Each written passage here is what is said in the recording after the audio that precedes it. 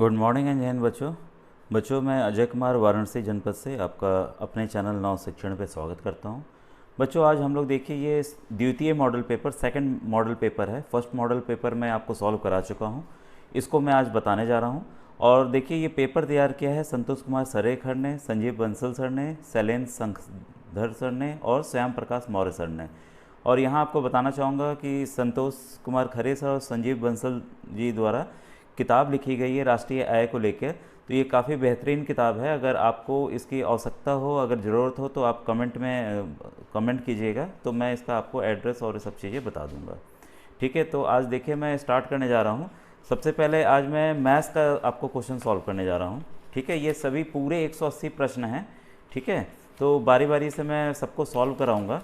पहला क्वेश्चन आपको दिख रहा होगा बच्चों, ये है एक सिनेमा हॉल की लंबाई।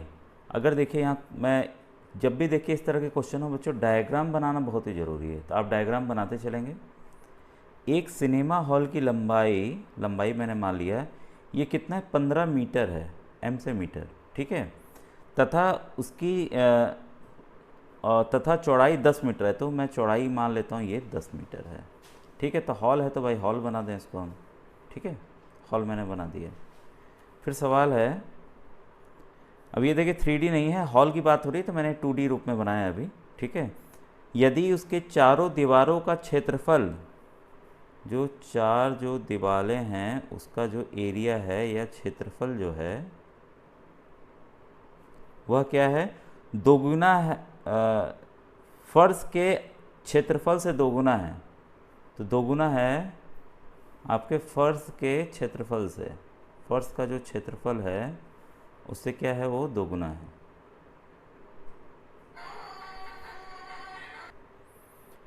दोगुना हो तो हॉल का आयतन बताना है। अब ये हॉल है बड़ा सा, इसका हमें क्या बताना है, आयतन। ठीक है, अब आपको आयतन पता होगा बच्चों, ये अगर हॉल है और ये एक आयत है, एक रेक्टेंगल है। ठीक है, तो इसका अगर हॉल बनेगा, ठीक है, हॉल अगर बनता है तो ये एक क्या हो जाएगा, घनाभ।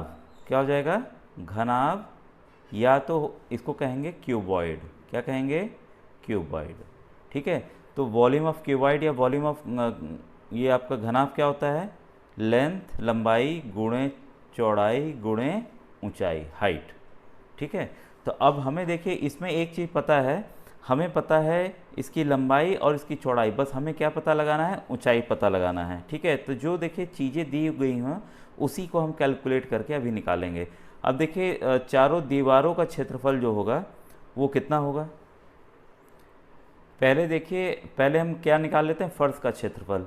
तो जो फर्श है उसका क्षेत्रफल, ये देखिए काफ़ी अच्छा क्वेश्चन है बच्चों, और आपको ये प्रैक्टिकली समझना पड़ेगा, रटना नहीं पड़ेगा। ठीक है, ये देखिए फर्श आपके सामने दिख रही है, तो ये लंबाई है चौड़ाई है, तो इसका क्षेत्रफल कितना होगा, लंबाई गुणे चौड़ाई। ठीक है, तो ये हम निकाल लेते हैं। लंबाई कितना है 50, चौड़ाई कितना है 10 है, कितना आ गया 150 मीटर स्क्वायर, 150 मीटर स्क्वायर। ये देखिए इसका आ गया फर्श का क्षेत्रफल, यही हमें अभी दोगुना करना होगा, तो पहले हम निकाल ले रहे हैं। फर्श का क्षेत्रफल कितना निकल गया, 150 निकल गया। ठीक है, अब इसको समझने की कोशिश कीजिएगा कि चारों दीवारों का क्षेत्रफल हम कैसे निकालेंगे। देखिए जितनी लंबी इधर दीवार उतनी ही लंबी इधर दीवार, लेकिन दीवार अब ऊपर उठ रही है ना, ऊपर को उठ रही है, इधर से भी ऊपर को उठ रही है। अभी हमें बेस नहीं लेना है क्योंकि अब हमें दीवार लेनी है तो ऊपर लेंगे। अगर हम इसको लंबाई मान लें तो जो इसकी हाइट है, जो ऊंचाई है, वो क्या हो जाएगी, इसकी चौड़ाई हो जाएगी। ठीक है, इस दीवार की केवल हम बात करें तो कितना होगा 15, और ऊंचाई हम मान लेते हैं, इसकी ऊंचाई मान लेते हैं h। ऊंचाई कितनी मान ले रहे हैं, h पहले से दिया हुआ है, h मान लेते हैं गुणे h।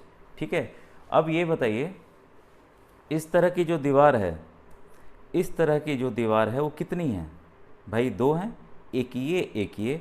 ठीक है, तो इसको हम क्या करेंगे, गुणे दो कर देंगे, गुणे दो कर देंगे, क्योंकि दो दीवारें हैं तो गुणे दो कर दिए। ठीक है, वैसे ही देखिए इन दो दीवारों का हमें क्या मिल गया, क्षेत्रफल मिल गया, प्लस अब इन दो दीवारों की बारी है। ठीक है, उसी तरीके से क्योंकि दो दीवार हैं तो हम दो लिख लें, इसको हम मान लेते हैं ये लंबाई है तो ये 10, किसी को भी आप मान सकते हैं लंबाई चौड़ाई, और ऊंचाई जो है वो है h, वो कितने हैं h। ठीक है, तो इसको आप कैलकुलेट करते हैं, हम कितना आएगा 30h प्लस 20 एच बराबर 50H। अब देखिए जो सवाल कह रहा था चारों दीवारों का क्षेत्रफल, तो चारों दीवार का क्षेत्रफल कितना हो गया 50H बराबर 2 गुना है फर्श के क्षेत्रफल से। फर्श का अभी क्षेत्रफल हमने निकाला 150, 2 गुणे 150। अब देखिए आपका h यहाँ निकल जाएगा, ठीक है, हाइट जो ऊंचाई है वो यहाँ पर निकल जाएगी। h बराबर 2 गुणे 150, ये देखिए क्रॉस मल्टीप्लाई होगा बच्चों, तो ये चीज़ नीचे जाएगी 50, 50 बन जा 50, 50 तियाँ कितना आ गया 6 मीटर, 6 मीटर देखिए ऊंचाई आ गई। अब हम देखिए इसका क्षेत्र, ये इसका आयतन निकाल सकते हैं। आयतन का फॉर्मूला अभी हमने ऊपर जस्ट जाना था, क्या होता है लंबाई गुणे चौड़ाई गुणे ऊंचाई। लंबाई आपकी देखिए दी हुई है 15 मीटर, ठीक है, और चौड़ाई कितनी दी हुई है 10 मीटर, 15 गुणे 10, और ऊंचाई हमने जस्ट अभी निकाला, कितना निकाला 6 मीटर इंटू 6, ठीक है। अगर आप इसको गुणा करेंगे तो ये आ जाएगा आपका 900 मीटर क्यूब, ठीक है। क्यों क्यूब, इसका भी मीटर, इसका भी मीटर, इसका भी मीटर, तीनों गुणा हो रहे हैं ना, इसलिए यहाँ आएगा मीटर क्यूब। तो भाई देखिए ऑप्शन है इसमें, हाँ ये 900 घन मीटर इसका ऑप्शन है। तो इस तरह से बच्चों ये देखिए थोड़ा लंबा समय भी लगा, लेकिन आप, मुझे उम्मीद है ये सवाल आप समझ गए होंगे। अब सेकंड क्वेश्चन देखते हैं, क्वेश्चन नंबर 162। ये है 800 पूर्णांक वाली परीक्षा में स्नेहा के 510 अंक प्राप्त किए, उसने कितने प्रतिशत अंक पाए। ये देखिए काफ़ी आसान है और एक कॉन्सेप्ट बेस है। अगर आपका कॉन्सेप्ट क्लियर है तो आप इसको इजीली कर लेंगे। देखिए जब भी आप परीक्षा में, अगर मान लीजिए 50 नंबर का कोई परीक्षा होती है, 35 नंबर पाते हैं, तो आप स्कूल के सर कैसे नंबर देते होंगे, 35/50 देते हैं और ऐसे गोला बना के साइन कर देते हैं, ठीक है। तो वैसे ही हम यहाँ क्या करेंगे कि कितने नंबर आए हैं, 510 नंबर आए हैं। कितने में से आए हैं भाई, 850 में से आए हैं, ठीक है, 850 में से। जब भी प्रतिशत निकालना हो, जितने नंबर आए हो कुल नंबर गुणे 100, बस ये कर दीजिए, आपका प्रतिशत निकल आएगा, ठीक है। तो यहाँ पर हम देखिए 0 0 काट दिए, ठीक है। अब हम क्या करते हैं, इसको हम 5 से काटते हैं। 5 1 जा 5, 5 7 जा 35, और ये 5 2 जा 20, और 17 1 जा 17, 17 3 जा, तो कितना आ गया ये आपका 60%, ठीक है। 20 × 3 कीजिए, 60%। भाई 60% कहाँ उत्तर है, ऑप्शन नंबर 2 में, ठीक है बच्चों। काफ़ी आसान सवाल था ये। अब आइए नेक्स्ट क्वेश्चन 163 है, मीरा अपने घर से 12 किलोमीटर उत्तर जाकर, अब देखिए मान लीजिए अब आपको डायरेक्शन बच्चों पता होगा, हमेशा ऐसे सवाल हो तो उत्तर दक्षिण, ठीक है, पूरब पश्चिम, मैंने इंग्लिश में लिख दिया है नॉर्थ साउथ ईस्ट वेस्ट, ठीक है। तो आप ऐसे ही ले लीजिएगा, उत्तर दक्षिण पूर्व और पश्चिम, ठीक है। सवाल कह रहा है 12 किलोमीटर उत्तर जाती है, तो ऊपर को उत्तर है, देखिए ऊपर को उत्तर है तो मैं उत्तर ऊपर ले जा रहा हूँ, ठीक है। कितना गई 12 किलोमीटर, और इसके बाद दाएँ मुड़ी, तो दाएँ भाई इसका इस तरफ होगा, चलिए, और 5 किलोमीटर चल के विद्यालय पहुँच जाती है, तो यहाँ 5 किलोमीटर चली और अपने स्कूल ये पहुँच गई, ठीक है। घर से विद्यालय की न्यूनतम दूरी क्या है। अब देखिए यहाँ यही आपको समझना है, न्यूनतम, न्यूनतम मतलब सबसे कम। अब देखिए रास्ता तो भाई ये बना है, अगर सही रास्ता रहता तो ऐसे जाती तो तुरंत पहुंच जाती कि नहीं, कम दूरी में पहुंच जाती। तो जब भी ऐसे सवाल हो तो आप न्यूनतम दूरी इसको ले लेंगे, जो सीधी रेखा जिसको छूती हो, ठीक है। यहाँ से चली थी मीरा, तो अब हमें ये निकालना, ये क्या बन रहा है, एक त्रिभुज बन रहा है। क्या बन रहा है, त्रिभुज। तो आपको पता है इस तरीके से बन रहा है, ठीक है। और ये आपका हो गया 12, ये हो गया 5, और ये आपको निकालना है। तो ये पाइथागोरस थ्योरम अप्लाई करेंगे। ये इसका हाइपोटेन्यूज है, ये बेस है, और ये क्या है, परपेंडिकुलर है, लंब है, और ये आधार है, ठीक है। तो आपको पता है hypotenuse square is equal to होता है लंब स्क्वायर परपेंडिकुलर स्क्वायर प्लस आधार स्क्वायर या बेस स्क्वायर, ठीक है। तो हम क्या करेंगे, हमें पता है ये आपका परपेंडिकुलर कितना है 12 का वर्ग, और आधार कितना है 5 का वर्ग।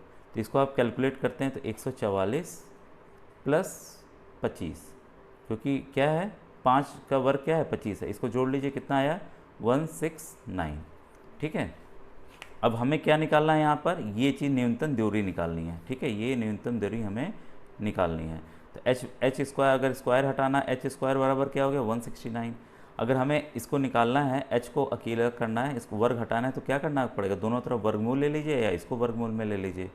तो ये। और बार बार मैंने आपसे कहा है बच्चों कि 1 से 25 तक का वर्ग जरूर याद करें, ठीक है। तो आपको पता चल जाएगा कि 169 किसका है, 13 आएगा इसका उत्तर, ठीक है। तो हम देखें भाई ऑप्शन 13 किस में किलोमीटर, आपका ऑप्शन नंबर 2 में है, ठीक है बच्चों। तो ये समझ में आया ये सवाल आखिर कैसे होगा।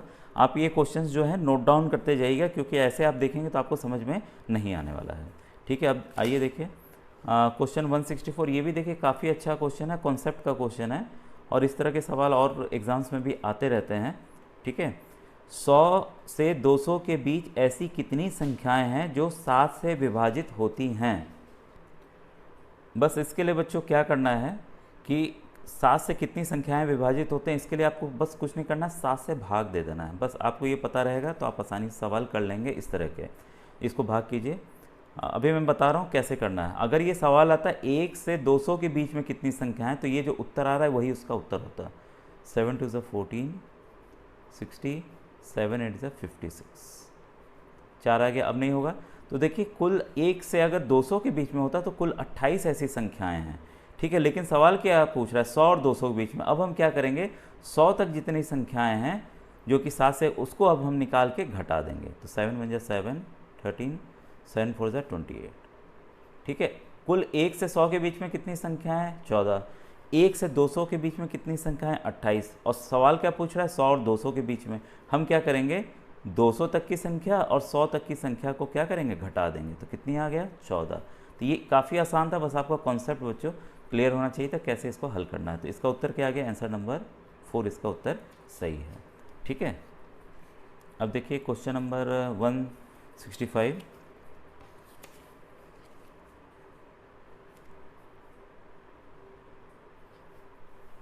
दस मीटर लंबी सीढ़ी किसी खंभे के पाद से, ठीक है, ये मान लीजिए कोई खंभा है, ठीक है, उसके पाद से मतलब बेस से, ठीक है, 6 मीटर दूरी से खंभे पर लगाई जाती है। मान लीजिए यहाँ एक सीढ़ी है, कोई खड़ी सीढ़ी थी या कैसी भी सीढ़ी थी, तो लगाई जाती है, तो सीढ़ी ऐसे लग जाती है, ऐसे लग जाती है। यहाँ से देखिए ये खंभा है आपका, ये क्या है, खंभा,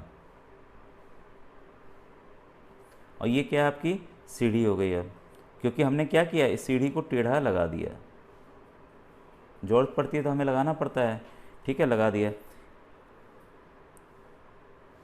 10 मीटर लंबी, और सीढ़ी कितनी है, 10 मीटर लंबी है, ठीक है।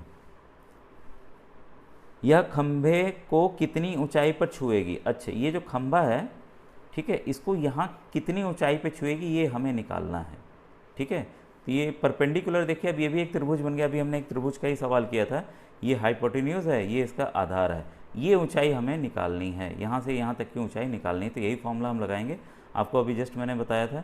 h स्क्वायर बराबर क्या होता है, लंब स्क्वायर प्लस बेस स्क्वायर या आधार स्क्वायर। तो हमें क्या निकालना है, पी स्क्वायर निकालना है। तो पी स्क्वायर बराबर क्या हो जाएगा, h स्क्वायर, बी को उधर ले जाइए, माइनस बी स्क्वायर। तो हम ये निकाल लेते हैं, 10 का वर्ग माइनस 6 का वर्ग। आधार कितना है, 6 है आपका, ठीक है। तो कितना हो गया, 100 माइनस 36, ये आ गया आपका 64। कितना आ गया, 64। तो अब हमें देखिए क्या मिल गया, जो लंब स्क्वायर है, पी स्क्वायर बराबर कितना आ गया, 64, 64। तो पी कितना हो जाएगा, फिर से वापस से हम इसको वर्गमूल में ले लेंगे, कितना आ गया, 8 मीटर। तो देखें भाई 8 मीटर है आंसर, हाँ ये 8 मीटर है। तो 165 का आंसर क्या होगा, 1 होगा। तो देखिए कॉन्सेप्ट बेस था, बस आपको ये समझना था कि कोई सीढ़ी खड़ी थी ऐसे, हमें कुछ पोल पे जरूरत पड़ी काम करनी, पोल काफ़ी लंबा है, तो हमने क्या किया, इसको ऐसे करके टेढ़ा इसके सहारे लगा दिया ताकि हम पोल पे काम कर सकें, ठीक है। सीढ़ी की लंबाई दी हुई है, और ये भी दिया है कि ये इस पोल से सीढ़ी का जो बेस है जहाँ हमने किया है वो 6 मीटर है। तो इस तरह से ये सवाल बच्चों करना था। बच्चों पिछले वीडियोस में मैंने सभी सवाल 20 सवाल एक ही वीडियो में बता दिए थे, लेकिन कुछ सवालों को समझाने में इसमें काफ़ी समय लग रहा है, तो मैं एक और वीडियो बनाऊंगा आगे के लिए। आज बस ये सवाल आखिरी आज के वीडियो का, इसको बना के मैं बंद कर रहा हूँ। ये देखिए 4 दर्जन केलों का मूल्य, 4 दर्जन, ठीक है, डजन लिख दे रहा हूँ, ठीक है। केलों का मूल्य जो है वो कितना है, 72 रुपये है, ठीक है। तो 32 किलो का मूल्य कितना होगा, 32 किलो का मूल्य कितना होगा। अब देखिए बस आपको करना क्या था, ये जो दर्जन है उसको किलो की संख्या में बदल देना था, और एक एक नियम लगा देना है, ठीक है। एक एक नियम होता क्या है, एक एक नियम बहुत ही आसान है। जैसे मैं बोलूँ कि 5 टॉफ़ी का मूल्य 20 रुपये है, तो एक टॉफ़ी का कितना होगा, तो क्या करते हैं 20 लिखे बटे 5 किए और गुणा 1 कर दिए। एक टॉफ़ी का कितना आया, 4 रुपये आया। यही एक नियम हमें यहाँ लगाना है। तो आपको पता है एक दर्जन में कितने केले होते हैं, 12 होते हैं, ठीक है। तो हम क्या कुल कितने केले हो गए, तो 12 गुणे 4, क्योंकि 4 दर्जन है तो 48 केले हो गए, ठीक है। तो ये अब हमें पता चल गया 48 केलों का दाम जो है, केलों का दाम कितना है, 72 रुपये है, 72 रुपये है। तो एक केले का कितना होगा, 72 बटे 48। अब एक केले का आपको मिल गया। अब सवाल क्या पूछ रहा है, 32 किलो का कितना होगा, तो कुछ नहीं करना है, 32 से हमें क्या करना है, उसको ले जाके गुणा कर देना है। बस ये अब अगर आपको आता रहेगा तो काफ़ी सवाल आसानी से आपके हल हो जाएंगे, ठीक है। तो इसको हम काट देते हैं। तो 2 से अभी काटता हूँ, 3 से, 3 1 जा 3, 3 6 जा 18, फिर ये आपका 3 2 जा 6, 3 4 जा 12, 16 1 जा 16, 16 2 जा 32, ठीक है। तो ये कितना आ गया आपका 48, 48। तो भाई देखें 48 रुपये आंसर है। हाँ, ये ऑप्शन नंबर इसका जो 3 है बच्चों वो सही है, ठीक है। मुझे उम्मीद है ये आज का वीडियो आपको पूरा समझ में आ गया होगा। नेक्स्ट प्रश्न देखिए, आज एज आप होमवर्क इसको ले लीजिए, ठीक है। क्वेश्चन नंबर 167 से लेकर 180 तक, ठीक है। मैं कोशिश करूँगा एक ही वीडियो इसका बना दूँ पूरे का, ठीक है। तो ये आप स्क्रीनशॉट ले लीजिएगा, ठीक है। और इन सवालों को अपने से हल कीजिए कि देखिए आपको आ रहा है कि नहीं आ रहा है, ठीक है। तो नेक्स्ट वीडियो में इन सवालों को मैं दोबारा आपको मतलब अच्छे से समझाऊंगा कि कैसे इन्हें हल करना चाहिए था। थैंक यू बच्चों, थैंक यू वेरी मच।